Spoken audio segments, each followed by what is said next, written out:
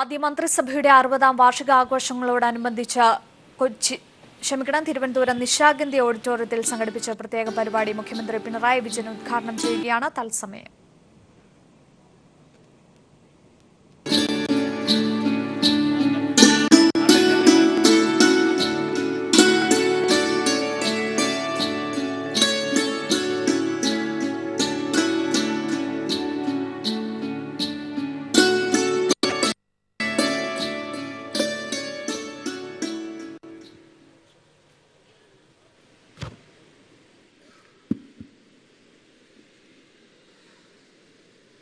സഹോദരീ സഹോദരന്മാരെ,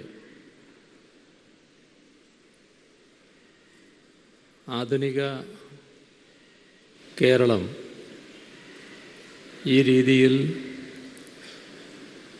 രൂപപ്പെടുന്നതിൽ ചരിത്രപരമായ പങ്കുവഹിച്ച 1957 സർക്കാർ രൂപീകരണത്തിൻ്റെ 60-ാം വാർഷിക ദിനമാണിന്ന്. ഇവിടെ സ്വാഗത പ്രസംഗത്തിലും ബഹുമാന്യനായ അധ്യക്ഷൻ്റെ പ്രസംഗത്തിലും ചൂണ്ടിക്കാണിച്ചതുപോലെ കേരളം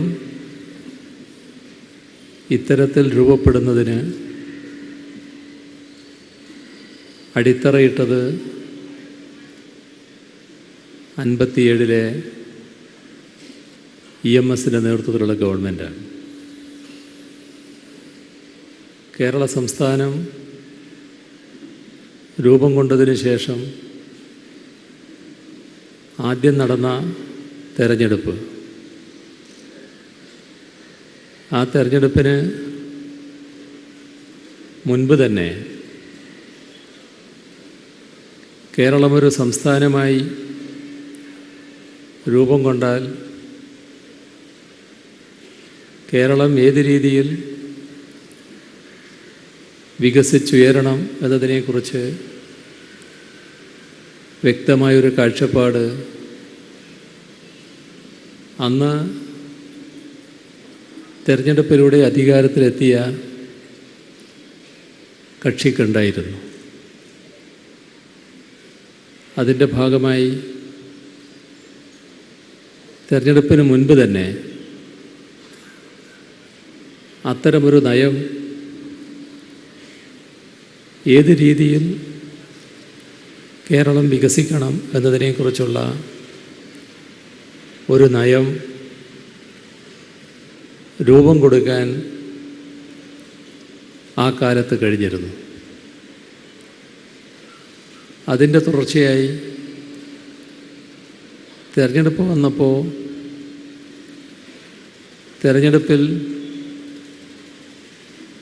തെരഞ്ഞെടുപ്പ് മാനിഫെസ്റ്റോ തയ്യാറാക്കിയത് ഈ നയത്തിൻ്റെ അടിസ്ഥാനത്തിലായിരുന്നു.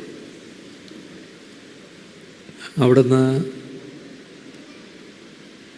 തെരഞ്ഞെടുപ്പ് പ്രചരണത്തിലുടനീളം ഈ കാര്യം തന്നെയാണ് ഉയർന്നു നിന്നത്. തിരഞ്ഞെടുക്കപ്പെട്ട ഗവൺമെൻറ് ആ കാലത്ത് അന്നത്തെ ജനങ്ങളിലാകെ ആവേശം വിതറിയൊരു സംഭവത്തിനാണ് 6ാമത്തെ ദിവസം നേതൃത്വം കൊടുത്തത്. അത് കുടിയൊഴിപ്പിക്കൽ തടയുന്നതായിരുന്നു. ഒഴിപ്പിക്കൽ നിരോധനം.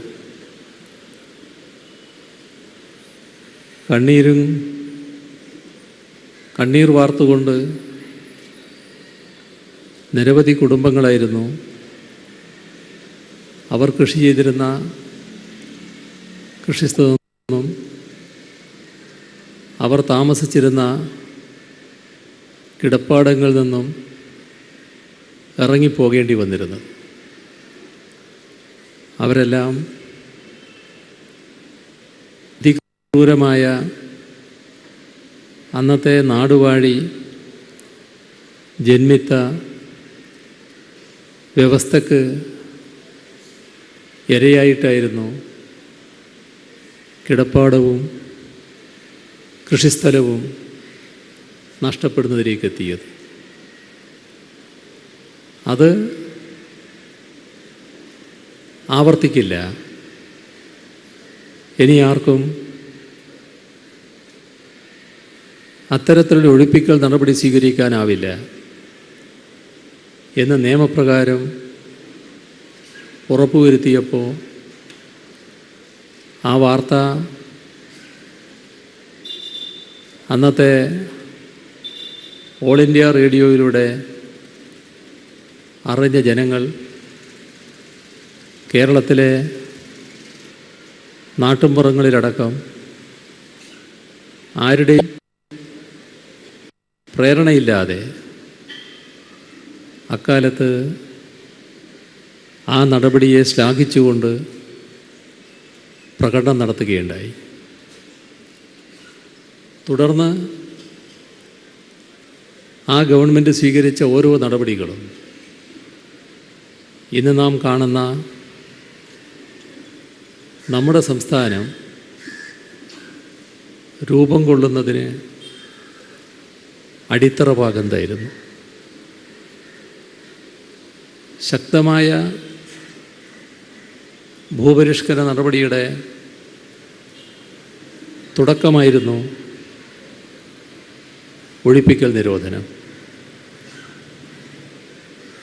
നേരത്തെ കേരളത്തിലെ കൃഷിക്കാർ കർഷക സംഘത്തിൻ്റെ നേതൃത്വത്തിൽ ഒരു മുദ്രാവാക്യം ഉയർത്തിയിരുന്നു: കൃഷിഭൂമി കൃഷിക്കാരന് എന്ന മുദ്രാവാക്യം. ആ മുദ്രാവാക്യത്തെ അന്നത്തെ ഭൂപ്രഭുക്കളും ജന്മിമാരും നാടുവാഴികളും പരമപുച്ഛത്തോടെയായിരുന്നു സമീപിച്ചിരുന്നത്. ഈ മുദ്രാവാക്യം മുഴക്കുന്നവർക്ക് ഭ്രാന്താണ് എന്ന് പറയാൻ പോലും അക്കാലത്ത് ഈ കൂട്ടർ തയ്യാറായിരുന്നു. കാരണം അസാധ്യമായൊരു കാര്യം, കൊല്ലും കൊലക്കും അധികാരമുള്ള നാടുവാഴികളും ജന്മിപ്രവരും ഭൂമി കൈയടക്കി നിൽക്കുമ്പോൾ ആ ഭൂമി കൃഷി ചെയ്യുന്നവർക്ക് അവകാശപ്പെട്ടതാണ് എന്ന മുദ്രാവാക്യം ഭ്രാന്തിൻ്റെ ലക്ഷണമായിട്ട് അവർക്കന്ന് കാണാൻ കഴിഞ്ഞുള്ളൂ. പക്ഷേ വളരെ കാലമൊന്നും എടുത്തില്ല. 57 EMSൻ്റെ ഗവൺമെൻറ് ഈ കൃഷിഭൂമി കൃഷിക്കാരന് അവകാശപ്പെട്ടതാണ് എന്ന നിലയിലുള്ള ഭൂപരിഷ്കരണ നടപടികളിലേക്ക് കടക്കാൻ, അതോടൊപ്പം ഒരാൾക്ക് കൈവശം വെക്കാവുന്ന ഭൂമിക്ക് നിശ്ചിത പരിധിയുണ്ടെന്നും ആ പരിധിക്കപ്പുറത്തുള്ള ഭൂമി സർക്കാരിന് അവകാശപ്പെട്ടതാണെന്നും സർക്കാരിന് അവകാശപ്പെടുക എന്നത് ഭൂമി ഇല്ലാത്തവർക്ക് നൽകേണ്ട ഭൂമിയാണെന്നും ആ ഘട്ടത്തിൽ തന്നെ കാണുകയുണ്ടായി. ഭൂപരിഷ്കരണ നടപടിയുടെ സത്യം അതായിരുന്നു. അത് നമ്മുടെ സംസ്ഥാനത്ത് പിന്നീട് അതേ രീതിയിൽ നടപ്പായില്ല എന്നതുകൊണ്ടാണ് യഥാർത്ഥത്തിൽ ഭൂമി ലഭിക്കേണ്ടിയിരുന്ന പട്ടികജാതി വിഭാഗത്തിന് അർഹതപ്പെട്ട രീതിയിൽ ഭൂമി ലഭിക്കാതെ വന്നത്. നേരത്തെ ഭൂപരിഷ്കരണ നിയമം പാസാക്കുന്ന ഘട്ടത്തിൽ കണക്കാക്കിയ മിച്ചഭൂമി പല തരത്തിലും ചോർന്നു പോവുകയായിരുന്നു. അതിൻ്റെ വിശദാംശങ്ങളിലേക്ക് ഇപ്പോൾ ഞാൻ കടക്കുന്നില്ല. പക്ഷേ വസ്തുതയാണ്. കണക്കുകൾ പരസ്യമായിട്ടുള്ളതുമാണ്. അന്ന് കണക്കാക്കിയിരുന്ന മിച്ചഭൂമിയുടെ വലിയ ഭാഗം നഷ്ടപ്പെട്ടുപോയി. അതിൻ്റെ ഫലമായാണ് നമ്മുടെ നാട്ടിലെ ഏറ്റവും പിന്നണിയിൽ കിടക്കുന്ന പട്ടികജാതി വിഭാഗത്തിന് അർഹതപ്പെട്ട രീതിയിൽ ഭൂമി ലഭിക്കാതെ പോയത്. അത് ഏതെങ്കിലും തരത്തിൽ അന്നത്തെ ഗവൺമെൻറ്റിൻ്റെ കാഴ്ചപ്പാടിലുണ്ടായ കുറവ് കൊണ്ടല്ല. EMSന് നേതൃത്വമുള്ള ഗവൺമെൻറ് ശരിയായ രീതിയിൽ തന്നെ കാര്യങ്ങൾ വിലയിരുത്തിയിരുന്നു. അന്ന് കണ്ട രീതിയിൽ മിച്ചഭൂമി ഏറ്റെടുക്കാൻ കഴിഞ്ഞിരുന്നുവെങ്കിൽ, ഭൂപരിഷ്കരണ നിയമം അതേ തോതിൽ നടപ്പാക്കാൻ കഴിഞ്ഞിരുന്നുവെങ്കിൽ, ഈ പറയുന്ന പട്ടികജാതി വിഭാഗം കൊടുക്കാൻ ഭൂമി നമ്മുടെ സംസ്ഥാനത്തുണ്ടായിരുന്നു. ഭൂപരിഷ്കരണ നിയമത്തിൻ്റെ ഏറ്റവും വലിയ പ്രത്യേകത അനേക ലക്ഷം ആളുകളിൽ, കുടുംബങ്ങളിൽ അല്ലാത്തൊരു ആത്മവിശ്വാസം ഉയർത്തി എന്നതാണ്. നിങ്ങൾ കിടന്നുറങ്ങുന്ന വീട്ടിൽ നിന്ന് ഏതെങ്കിലും ഒരു ദിവസം നിങ്ങൾ ഇറങ്ങിപ്പോകേണ്ടി വരുന്നില്ല. നിങ്ങൾക്ക് അവകാശപ്പെട്ടതാണത്. തങ്ങൾക്ക് അവകാശപ്പെട്ട ഒരു തുണ്ട് ഭൂമിയാണെങ്കിലും ആ ഭൂമി തൻ്റെ സ്വന്തം ഭൂമി. ഇതുണ്ടാക്കിയ ആത്മവിശ്വാസം, ഉയർന്നു വന്ന ആത്മധൈര്യം, അത് കേരളീയ സമൂഹത്തിൻ്റെ തന്നെ അഭ്യുന്നതിക്ക് വലിയ തോതിൽ വഴിവെച്ചിട്ടുണ്ട്. അങ്ങനെയാണ് ഇന്ന് കാണുന്ന കേരളീയ സമൂഹത്തിലേക്ക് നാം കുതിക്കുന്നത്. കേരളത്തിൻ്റെ പ്രത്യേകതയെക്കുറിച്ച് വിലയിരുത്തുന്ന ആരും ഭൂപരിഷ്കരണ നിയമത്തിൻ്റെ പ്രസക്തി എല്ലാ ഘട്ടത്തിലും ചൂണ്ടിക്കാണിച്ചിട്ടുണ്ട്. ഇവിടെ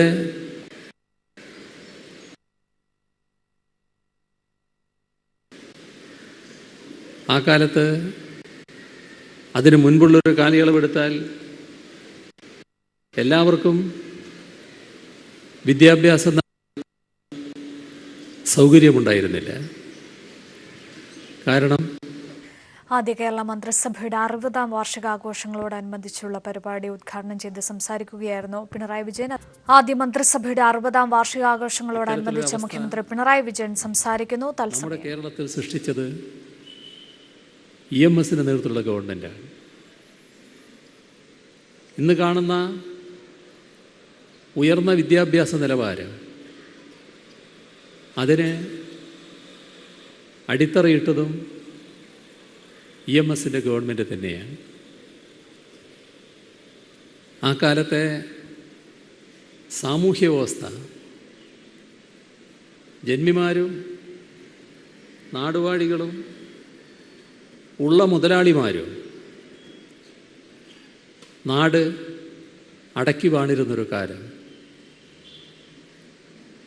ഏതെങ്കിലും സ്ഥലത്ത് ഒരു മുതലാളിയുടെ ഫാക്ടറി ഉണ്ടെങ്കിൽ